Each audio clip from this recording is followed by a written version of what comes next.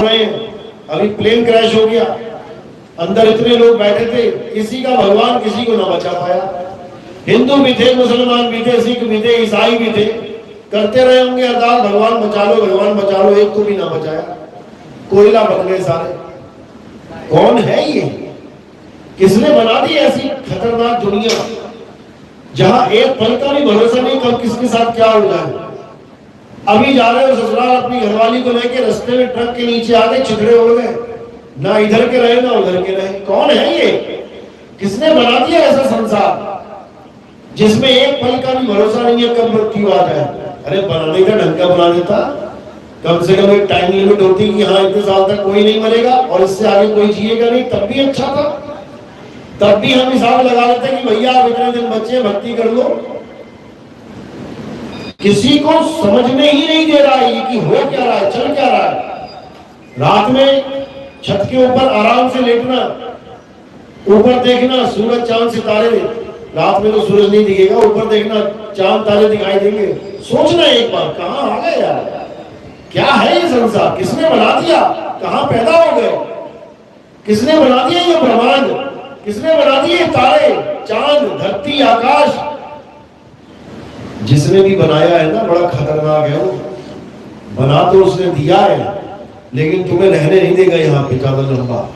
छोटे छोटे जीवन दिए उसने तुम्हें, छोटी छोटी किस्तों में जीवन देता है। 84 लाख बार योनियां बना रहा है लेकिन छोटी छोटी किस्तों में जीवन दे रहा है। अरे 84 लाख बार बनाना ही है, जीवन देना ही है, एक ही बार दे दे। जितना 84 लाख को जीवन समय लगता है एक ही बार दे दे, एक बार नहीं देगा। 1 घंटे का समय, 1 दिन का समय, 1 महीने का समय, 1 साल का समय, 10 साल का समय, 100 साल का समय, ऐसे छोटे छोटे समय बांट रखे हर योनि के। देख लो, कुत्ता अलग जी रहा है, बिल्ली की उम्र अलग है, घोड़े की अलग है, मच्छर मक्खियों की अलग है, कीटाणु जीवाणुओं की अलग है, और सारे इसी संसार में रह रहे हैं। तो समझो इस बात को, ये कौन है जो इस संसार को बना के बैठा है?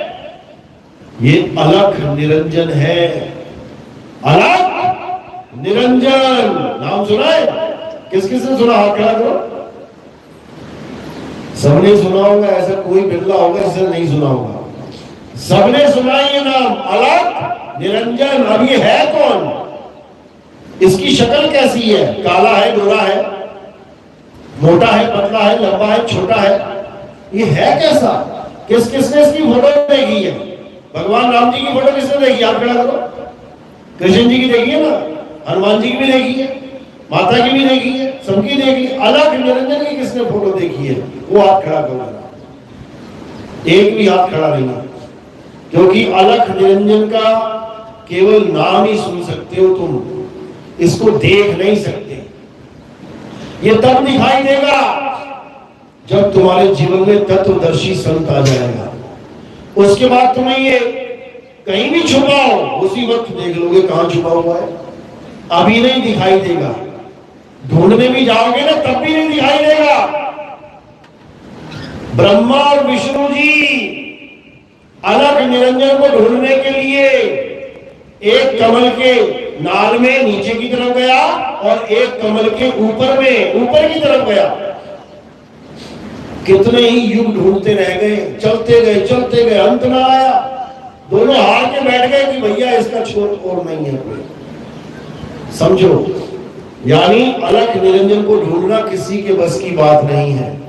लेकिन अगर कबीर साहब के तत्व ज्ञान को जान लिया तो कहीं भी छुपा होगा तुम्हारी आंखों के सामने आ जाएगा।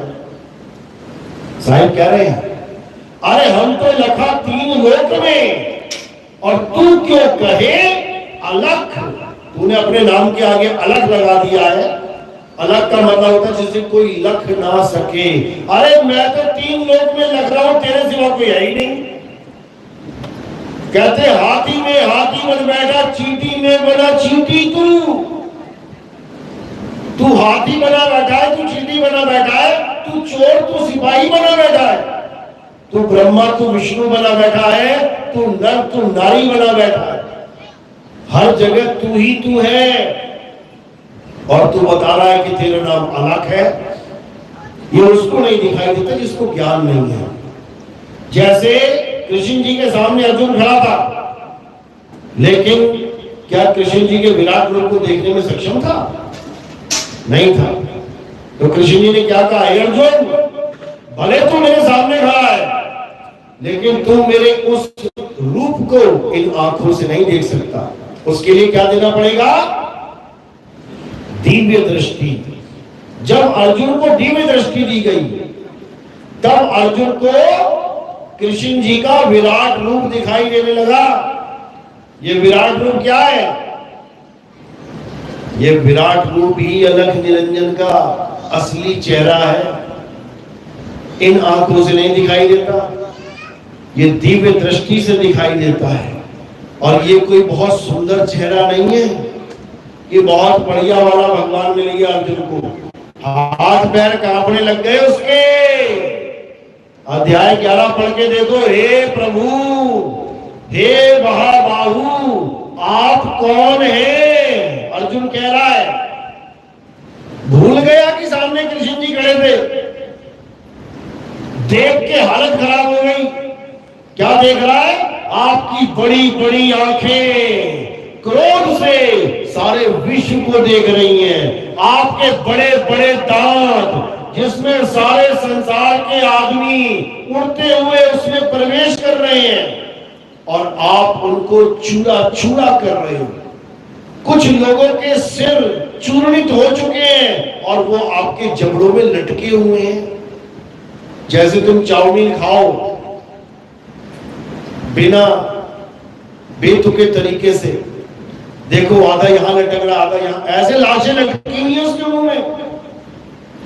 वो देख के हालत खराब हो गई। कह रहा मैं अपने अंदर शांति स्थापित नहीं कर पा रहा हूं, मैं बहुत भयभीत हूं। बड़े बड़े राजा महाराजा, बड़े बड़े ऋषि मुनि सब आपके मुंह में जा रहे हैं, आप उनका चूरा बना रहे हो। हालत खराब हो गई देख के। तब कहता कि आप कौन हैं, ये तो बता दो। तो इसी अलख निरंजन का एक नाम और है, वो क्या है? काल निरंजन। ये काल निरंजन है। इसी को देव निरंजन भी कह देते हैं। मन ही स्वरूपी देव निरंजन, अरे तुम्हें राज्य भरमाई हो, ए हंसा तुम अमर लोक का पड़ा कालवश आई हो। कह रही है देव निरंजन, ये काल निरंजन जब सामने आ जाता है तो हालत खराब हो जाती है। तो अर्जुन ने जैसे ही बोला कि आप कौन हैं, तो वो क्या बोले? हे अर्जुन, इस सारे संसार का नाश करने वाला काल मैं ही हूं। आप देखो अखबारें भरी पड़ी हैं। अभी जो कल एक्सीडेंट हुआ हवाई जहाज का, उसमें क्या बताया, अखबारों में क्या आ गया? इतने लोग काल का ग्रास हो गए, इतने लोग काल के मुंह में चले गए। उनसे पूछो काल है क्या? उसका मुंह है कहां? कोई बताने में सक्षम नहीं है। बस घिसी पिटी लाइनें लिख के आगे बढ़ गए। यही काल है जो किसी का बेटा नहीं छोड़ता, किसी का बाप नहीं छोड़ता, किसी की मां नहीं छोड़ता, किसी को नहीं छोड़ता। समझ लो, वो लेडीज जेंट्स किसी को नहीं छोड़ता। जब तुम मांस लेने जाते हो, तुम ये देखते हो कि बकरा कट रहा है कि बकरी? तुम एक बार भी सोचते हो कि नहीं ये लेडीज है, इसको छोड़ दूं मैं? जब बकरा खाने जाते हो, मीट लेने जाते हो, देखते हो एक बार भी कि बकरा काटा जा रहा है कि बकरी, मुर्गा काटा जा रहा है कि मुर्गी? जैसे तुम नहीं देखते, वैसे ही वो काल भगवान नहीं देखता कि तेरी मां मर रही है कि तेरा बाप, तेरा बेटा मर रहा है कि तेरी बेटी। उसको किसी से मतलब नहीं है, उसको सारा संसार अपने मुंह में चाहिए। लेकिन ये इंसान भाग ना जाए, ये जीव कहीं निकल ना जाए, इसलिए इसने झूठे सुख दे रखे हैं। कौन से झूठे सुख? मेरी कितनी सारी जमीन है, वाह वाह वाह वाह, मेरा बड़ा मकान है, मैं तो अमीर हूं, मेरा कितना सुंदर परिवार है, मेरा लड़का कितना आज्ञाकारी है, मेरी बीवी कितनी सुंदर है, मेरा पति कितना अच्छा है। ये झूठे सुख दे रखे हैं, इसी में बंधे पड़े हैं सारे, इसी में बंधे पड़े हैं। तो शायद करे झूठे सुख को सुख कहे और मान रहा मनमोद। ये जगत चवैना काल का, कुछ मुंह में कुछ गोद। ये सारा संसार ये काल का चवैना है, ये चबाएगा सबको, एक को ना छोड़ता, एक भी नहीं छूटने वाला। बड़े बड़े देवी देवता इस दुनिया में आए जन्म लेके, उनको भी नहीं छोड़ा, वो भी शरीर छोड़ के गए। यहां पे समझ लो कोई अमर नहीं है यहां पे, लेकिन अज्ञानता के कारण हमने इसी को भगवान मान लिया, काल को ही भगवान मान लिया। अब कबीर साहब समझा रहे हैं, अरे जो भक्षक कहां ध्यान लगाई और जो रक्षक उसे चीन न पाई। जो सामने सामने इंसानों को खा रहा है, और ये नहीं कि केवल पापियों को खाएगा। पढ़ो गीता, क्या लिखा है, क्या बोला अर्जुन? अरे महाराज आप कौरवों के बड़े बड़े योद्धाओं को खा रहे हैं, सारे जगत को खा रहे हैं, हमारे भी सब योद्धा आपके मुंह में जा रहे हैं। तो भैया वो तो धर्म के साथ खड़े थे, उनको क्यों खा रहा है? अधर्मियों को खाए समझ में आता है, धर्मियों को भी खा रहा है और कह रहे हैं कि मैं धर्म की स्थापना करने आया हूं। अधर्मियों को मारो, धर्म वालों को मार के भी स्थापना करते हैं क्या? अरे जब धार्मिक और अधर्मी दोनों ही मर गए तो धर्म कौन मानेगा? यहाँ पे मानने वाला ही ना बचा। हे अर्जुन, तुम 5 के अलावा बाकी सब मारे जाएंगे। बताओ, 5 भी इसलिए बचा लिए ताकि कोई ये ना कह दे कि भगवान कृष्ण 5 पांडवों के साथ थे, फिर भी एक भाई मर गया। ये रक्षक कला होती है, बड़ी खतरनाक कला है। 5 को बचा के सबको अपनी पूजा में लगा लिया कि भगवान कृष्ण 5 के साथ थे, देखा बाल बाका नहीं हुआ। अभिमन्यु का कैसे हो गया? वो भी तो उनका प्यारा बच्चा है, क्यों नहीं बचा पाए?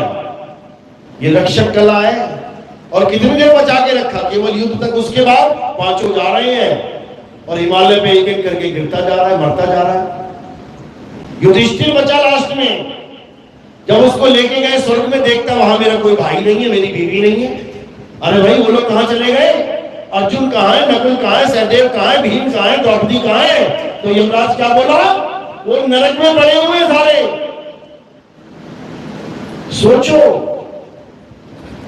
युधिष्ठिर बोला अगर मेरे भाई नरक में पड़े हैं तो मैं भी नरक में जाऊंगा।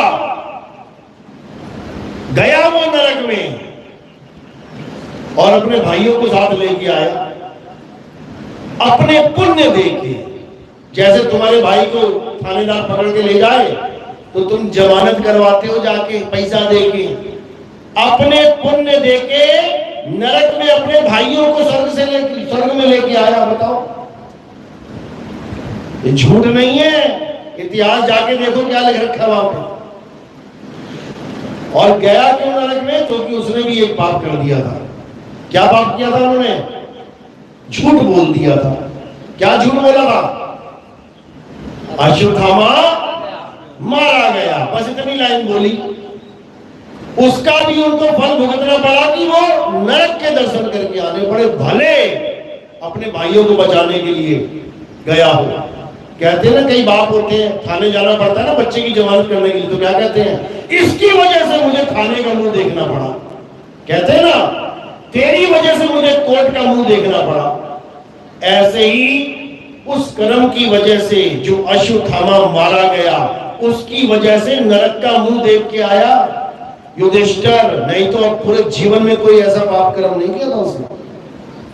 तो यहाँ बड़े बड़े योद्धा नरकों में पड़े हुए हैं और जमानतें दे के तो उनको स्वर्गों में भेजा जा रहा है जिनके साथ कृष्ण जी थे। और तुम्हारी क्या हालत होगी? कृष्ण जी के साथ सारी उम्र, बचपन में देखोगे सारा बचपन सुदामा ने बिताया। कृष्ण जी का परम भगत था, कृष्ण जी ने चरण धो के पिए उसका मकान दुकान सब बनवा के दिया, महल बनवा दिया उसका। फिर भी उसको दोबारा राक्षस बन के आना पड़ा। 2 लोग भी चला गया कृष्ण जी के पास। गोलोक में जाने के बाद भी राधा ने श्राप दे दिया, श्राप खाते फिर राक्षस बन गया आगे। बताओ तुम्हारी क्या गति होगी। सुदामा जैसे, जहां लोग सुदामा का उदाहरण देते नहीं थकते हैं, कृष्ण जी का परम भगत, कृष्ण जी का परम मित्र, वो शंखचूड़ नाम का राक्षस बन के आ गया। शिव जी ने उसका कत्ल किया, फिर शिव जी ने संहार किया उसका। शिव महापुराण में लिखा हुआ है, पढ़ो जाके। तो ये दुर्गति होती है निरंजन के देश में। तभी कबीर साहब कह रहे हैं, निरंजन धन तेरा दरबार और जहां तनिक नहीं न्याय विचार। अरे वैश्या ओढ़े मलमल खासा और गले मोतियों की हार, और पतिव्रता को मिले ना खाती सूखा निरस आहार। निरंजन धन तेरा दरबार। ये हाल है निरंजन की नगरी में। क्या करोगे? तो भाई बिल्कुल स्पष्ट कबीर साहब ने अपनी बाणियों में समझा रखा है, जो समझ जाएगा वो निकल जाएगा, नहीं तो ब्रह्मा विष्णु महेश ना निकल पाए इसके जाल से। ब्रह्मा विष्णु महेश जी भी निरंजन के जाल में अटके पड़े हैं। तीनों की ड्यूटी लगा रखी है उसने। सृष्टि को पैदा करना किसकी ड्यूटी है? ब्रह्मा जी की। सृष्टि को पालना किसकी ड्यूटी है? विष्णु जी की। सृष्टि का संहार करना किसकी ड्यूटी है? शंकर जी की। तीनों की ड्यूटी लगा रखी है संसार को चलाने के लिए। सपने में भी मुक्ति नहीं मिल सकती इन तीनों को, क्योंकि अगर तीनों में से एक भी मुक्त हो गया तो ये संसार चलेगा ही नहीं, खत्म। जिस दिन ये संसार चलना खत्म हो जाए, समझ जाना तीनों में से एक की मुक्ति हो गई है। और अगर अभी ये संसार चल रहा है तो भूल जाना कि तीनों में से किसी की भी मुक्ति हुई है। वो अपना काम कर रहे हैं, समझ लो अच्छे से। किसी गलतफहमी में मत रह जाना कि ब्रह्मा विष्णु महेश की भक्ति करके तुम्हें मुक्ति मिल जाए। वो खुद मुक्त नहीं है, तुम्हें मुक्त क्या करेंगे? वो खुद अमर नहीं है, तुम्हें अमर क्या करेंगे? जितने भी राक्षसों ने भक्ति करी, ब्रह्मा विष्णु महेश जी को प्रकट किया, पहला वरदान क्या मांगा था? राक्षसों ने क्या मांगा? राक्षसों ने मकान दुकान नहीं मांगी, सुंदर बीवी, अच्छी नौकरी नहीं मांगी, बढ़िया बढ़िया रथ नहीं मांगे। क्या मांगा? हे भगवान मुझे अमर कर दो। सोचो, ये तुमने ना मांगा होगा आज तक मंदिर में जाके। किस किस ने मांगा आज तक? हाथ खड़ा कर दो। तुम में से किसी ने मांगा? किसी शिवरात्रि में, किसी रामनवमी में, किसी गणेश चतुर्थी में जाके कि हे भगवान मुझे अमर कर दो? यानी तुम्हारी बुद्धि इतनी छोटी है कि राक्षस से भी गए गुजरे हो। राक्षस भी इतना इंटेलिजेंट है, इतना चुस्त चालाक है कि वो मुक्ति में, वो अमरता मांग रहा है। अमर हो जाऊं एक बार। तुम्हारे दिमाग में कभी नहीं आया ये कि मैं अमर हो जाऊं। सोचो। और ऐसे ही नहीं आ गया राक्षसों के मन में अमरता का वरदान मांगना। किसने गाइड किया था उनको? कौन गाइड करता है? गुरु गाइड करता है। राक्षसों के भी गुरु जी हैं। तुमने ना बनाए होंगे गुरु जी कभी, तुम निगुरे बैठे हुए हो। और जिन राक्षसों को तुम घृणा से देखते हो कि ये तो राक्षस है, वो गुरु बना के बैठा हुआ है, गुरु के ज्ञान में चल रहा है। गुरु से ज्ञान प्राप्त करके उसको इतना समझ में आ गया कि भगवान से मांगना क्या है। तुम्हें समझ में नहीं आया कि मांगना क्या है। तुम बीवी बच्चा और मकान दुकान और गाड़ी बंगले में अटके रहो। तुम्हें ना समझ में आया कि मुक्ति क्या चीज है, अमरता क्या चीज है। राक्षसों को समझ में आ गया। तो राक्षसों ने वरदान मांगा, हे शंकर जी मुझे अमर कर दो, हे ब्रह्मा जी मुझे अमर कर दो, हे विष्णु जी मुझे अमर कर दो। तो मिल गया क्या अमरता का वरदान? क्या बोले? अरे भाई इस सृष्टि में कोई भी अमर नहीं है, हम भी अमर नहीं है। अमर कोई भी नहीं हो सकता। हमारी भी आयु है। ब्रह्मा की इतनी आयु है, विष्णु जी की इतनी आयु है, शंकर जी की इतनी आयु है। हम अमर नहीं है, तुझे कहां से कर दें? कुछ और मांगो। अब बुद्धि दौड़ा रहा है अपनी, क्या मांगू क्या मांगू। छोटा मोटा नहीं मांगता, कहता मुझे 3 लोक का मालिक बना दो, त्रिलोकीनाथ बना दो, मुझे स्वर्ग का राजा बना दो, मुझे महास्वर्ग का राजा, बड़े से बड़ा मांग रहा है। उसके बाद एक ने तो हद ही कर दी, कहता ठीक है अमरता नहीं देते हो, कोई बात नहीं, मैं दिन में ना मरूं, मैं रात में ना मरूं, मैं धरती पे ना मरूं, मैं आसमान पे ना मरूं, मैं घर में ना मरूं, मैं घर से बाहर ना मरूं, मैं अस्त्र से ना मरूं, मैं शस्त्र से ना मरूं, मैं आदमी से ना मरूं, मैं जानवर से ना मरूं। बताओ कितनी बुद्धि दौड़ा दी उसने, तुमने ना दौड़ाई होगी आज तक। तुम्हें तो बस वही चाहिए, नौकरी लग जाए, घर में सुखी हो जाए, अच्छा धंधा चल पड़े, अच्छी गाड़ी आ जाए, मकान आ जाए, दुकान आ जाए, फसल बढ़िया हो जाए, बस और क्या चाहिए। उसने पूरा दिमाग लगा दिया, तो क्या वो अमर हो गया? जैसे ही उसने दिमाग लगाया, जो सामने बैठा था वो उससे भी बड़ा दिमाग वाला था, कहता ठीक है बेटा कोई बात नहीं, तुझे बड़े तरीके से मारेंगे, चिंता मत कर। अब उसको मारने के लिए क्या बनना पड़ा? आधा आदमी आधा जानवर, नरसिंह अवतार लेना पड़ा। धरती पे नहीं मारा, आसमान पे नहीं मारा, जांग पे रख के मारा, अस्त्र से नहीं मारा, शस्त्र से नहीं मारा, नाखून से फाड़ के मारा, घर में नहीं मारा, बाहर नहीं मारा, चौखट पे मारा, दिन में नहीं मारा, रात में नहीं मारा, शाम को मारा। बता कहां बचेगा? ऐसे ही कोई नहीं बच सकता इस संसार में, तुम कितना ही दिमाग लगा दो। माइकल जैक्सन का नाम सुना है? दुनिया का नंबर 1 डांसर और सिंगर था। मरने से पहले उसने कितने आदमी खरीद के रखे हुए थे? 2 आदमी दिल के लिए रखे थे कि मेरा हार्ट फेल हो गया तो इन दोनों का दिल निकाल के मेरे लगा देना, मेरी किडनी फेल होगी तो 2 आदमी खरीद के रखे हुए थे कि इन दोनों की किडनी मेरे लगा देना, मेरे फेफड़े फेल हो गए तो 2 आदमी और खरीद के रखे हुए थे। ऐसे ही पूरा ग्रुप बना के रखा था उसने कि मेरा जो भी अंग खराब होगा इन लोग का लगा देना। करोड़ों रुपए दे दिए उनको, उनके घर वालों को, फिर भी ना बच सका। तो हम और तुम क्या बचेंगे? और जाना कहां है? काल के मुंह में जाना है। जिसको तुम भगवान जी कर रहे हो, वो इंतजार कर रहा है तुम्हारा कि बेटा तेरा समय पूरा हो और मैं कैसे गप करके तुझे अपने अंदर ले लूं। इंतजार चल रहा है केवल।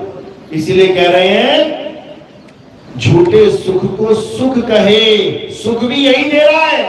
हे भगवान जी बढ़िया नौकरी लग जाए, लग गई, बोलो बालाजी महाराज की जय, मेरी नौकरी लग गई। हे भगवान जी अच्छी बीवी मिल जाए, मिल गई, बोलो प्रभु श्री राम की जय, मैंने मन्नत मांगी थी, मिल गई।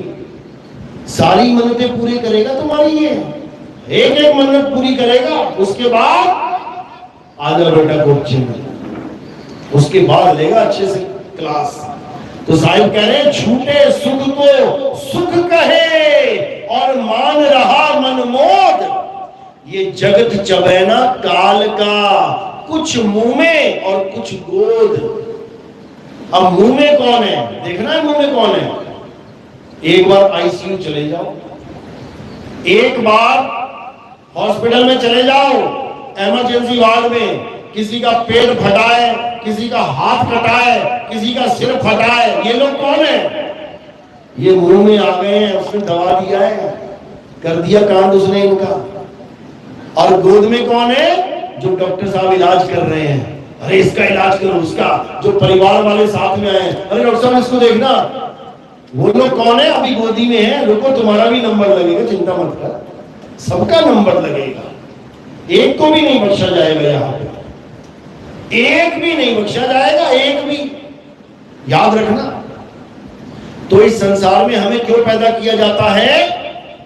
कभी किसान को पूछना ये खेती क्यों पैदा की है तुमने, क्या बोलेगा वो? क्या बोलेगा? इसको काट के खाएंगे। ये गाजरें क्यों पैदा करी? खाएंगे। ये मूलियां क्यों पैदा करी? खाएंगे। ये अदरक, ये मिर्ची, ये हल्दी, ये धनिया क्यों पैदा किया? खाएंगे। इसी प्रकार भगवान ने सृष्टि क्यों पैदा करी? क्योंकि भगवान जी खाएंगे। खाएंगे। और खाता हुआ दिखा दिया उन्होंने अर्जुन को। जब विराट रूप दिखाया तो क्या देखा? एक तरफ से सारी दुनिया उड़ती हुई जा रही है और उसके मुंह में चूड़ा बनता जा रहा है, वो कांप रहा, बाप रे बाप ये क्या है, दूसरी तरफ से पैदा भी करता जा रहा है। देखा विराट को किसी ने? टीवी में दिखाया गया था, यूट्यूब पे भी है, देख लोगे भी 2 मिनट में। किसने देखा? हाथ खड़ा करो जरा। हाँ, जिसने देखा है सोचो, क्या परमात्मा इंसानों को खाता है? क्या परमात्मा इंसानों को खाता है? इंसानों को खाने वाले को क्या परमात्मा कहते हैं? बस इतना सोचना है। और जो इसको मान रहे हैं वो लहसुन प्याज नहीं खाते, कहते हम नहीं खाते लहसुन प्याज। क्यों? अरे हमारा धर्म भ्रष्ट हो जाएगा। वो इंसान खा रहा है, वो इंसान को खा रहा है, तब धर्म भ्रष्ट नहीं हो रहा। धर्मियों के साथ सारे जगत को खा रहा है, तब धर्म भ्रष्ट नहीं हो रहा। और तू लहसुन प्याज में अटका पड़ा है। अभी इतना बुरा हाल है, ये मानसिकता है। तो कबीर साहब कह रहे हैं, जो भक्षक, जो शरेआम खा रहा है, कहां ध्यान लगाई, उसका तुम ध्यान कर रहे हो। और जो रक्षक, वो परम पिता परमात्मा दया का सागर, जिसको कहते हैं तेरी एक बूंद के प्यासे हम, क्या गाते हैं भजन, तू प्यार का सागर है, तेरी एक बूंद के प्यासे हम। ये बूंद है क्या? ये सारी दुनिया मुंह में जा रही है, चबा रहा है, ये बूंद है क्या? प्यार की, प्रेम की बूंद है ये। होश में आ जाओ, होश में आ जाओ। अभी भी नहीं आए, दोबारा से चक्कर कटवा देगा ये पूरा 84 का चक्कर, युगों युग बितवा देगा ये। यहीं धक्के खाते रह जाओगे, कभी चूहा बन के, कभी बिल्ली बन के, कभी हाथी घोड़ा सूअर बन के, कभी खटमल मच्छर मक्खी बन के, कभी सांप और बिच्छू बन के, इसी दुनिया में धक्के खाते रहोगे। तो अभी एक मौका मिला है इंसान जन्म का। अगर ये इंसान जन्म का मौका तुमने समझ लिया, तुमने इसको सफल कर लिया, तो तुम्हारी मुक्ति हो जाएगी। दोबारा तुम्हें इस नाशवान संसार में आने की जरूरत नहीं पड़ेगी, समझ लो। और मौका केवल एक है, 84 लाख बार जानवर बनाता है ये इंसान को, और एक बार इंसान जन्म देता है। सोचो इतना क्या डर है इसे? 2-4 लाख बार दे दे, अरे 2-4 लाख नहीं, 2-4 हजार बार दे दे, अरे 2-4 हजार नहीं, 200-300 बार दे दे, 200-300 नहीं, कम से कम 10-15 बार दे दे, वो भी नहीं, केवल एक बार। क्यों? क्योंकि ये मौका है भागने का, ये तुम्हारा मौका है भागने का। 84 लाख योनियों के बाद एक मौका मिला है भागने को, और इसमें, इस मौके में इसने क्या आडंबर डाल दिया है? इसने पूजा पाठ हवन यज्ञ, इसने सोना चांदी हीरे जवाहरात, इसने दारू शराब कबाब शबाब सब कुछ डाल दिया। बड़ी बड़ी गाड़ियां, बड़े बड़े हवाई जहाज, बड़े बड़े सब कुछ इसने लगा रखा है बीच में, ताकि ये एक इंसान जन्म कैसे भी बर्बाद हो जाए। इसने कुत्तों के लिए नहीं बनाई मर्सिडीज, इसने कृष्ण जी की सबसे प्यारी गाय के लिए नहीं बनाए हवाई जहाज, इसने भोले शंकर के नंदी के लिए नहीं बनाए पानी के जहाज। किसने किसके लिए बनाए हैं? केवल इंसान के लिए। क्यों? ये इंसान भाग सकता है, इसलिए इसको फंसा के रखो, इसका समय बर्बाद करवाओ। सारा समय मोबाइल में, लैपटॉप में, टीवी में, दे नाटक पे नाटक, दे नाटक पे नाटक, बस कैसे भी समय बर्बाद हो जाए, इसकी मृत्यु आ जाए और पकड़ के इसको चबाए और इसको 84 में भिजवाए। यही काम है उसका। तो साहिब समझा रहे हैं, अरे बचना चाहो काल जाल से तो चीनो शब्द हमारा, और कहे कबीर अमर कर राखूं जो निज होए हमारा। कहते हैं अगर इस काल जाल से बचना है तो क्या करना पड़ेगा? उस परमात्मा के सच्चे नाम को जानना। कौन सा सच्चा नाम? जो इंसानों के द्वारा नहीं बनाया जाता। ये दुनिया में जितने भी नाम हैं, भगवान के, अल्लाह के, वाहिगुरु के, गॉड के, ये किसने बनाए हैं? इंसानों ने बनाए हैं, अक्षरों से बनाए हैं, होठ जीभ कंठ से बनाए हैं। अगर ये अक्षर ना होते नाम नहीं बनते, अगर होठ जीभ कंठ ना होता तो अक्षर ना बनते। समझो। तो साहिब समझा रहे हैं वो परमात्मा का सच्चा नाम होठ कंठ जीभ से नहीं बन सकता।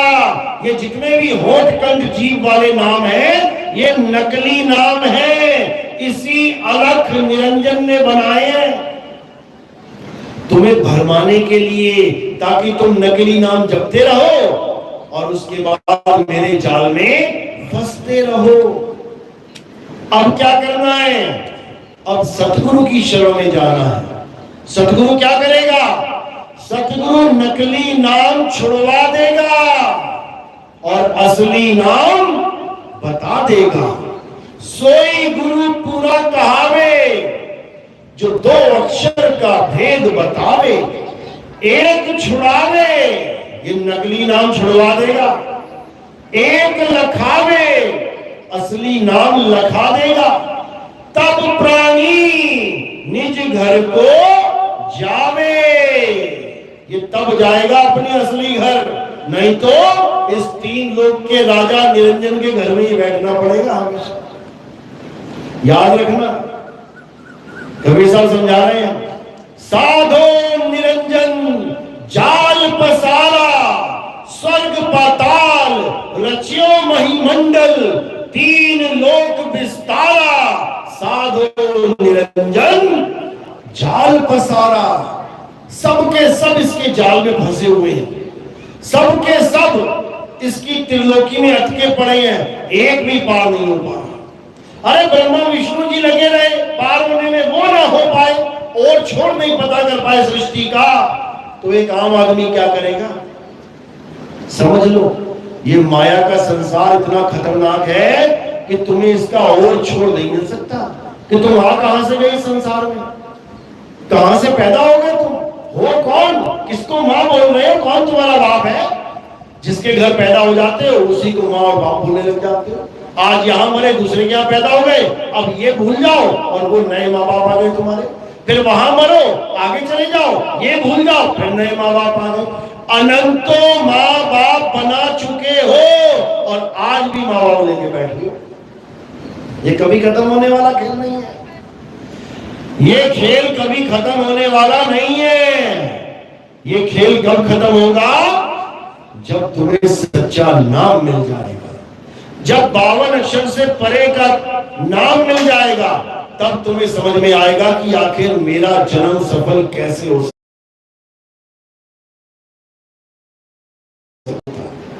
तो साहिब समझा रहे, अरे एक नाम को जान के दूजा दे बहा और चंचल से नेचल गया नहीं आवे।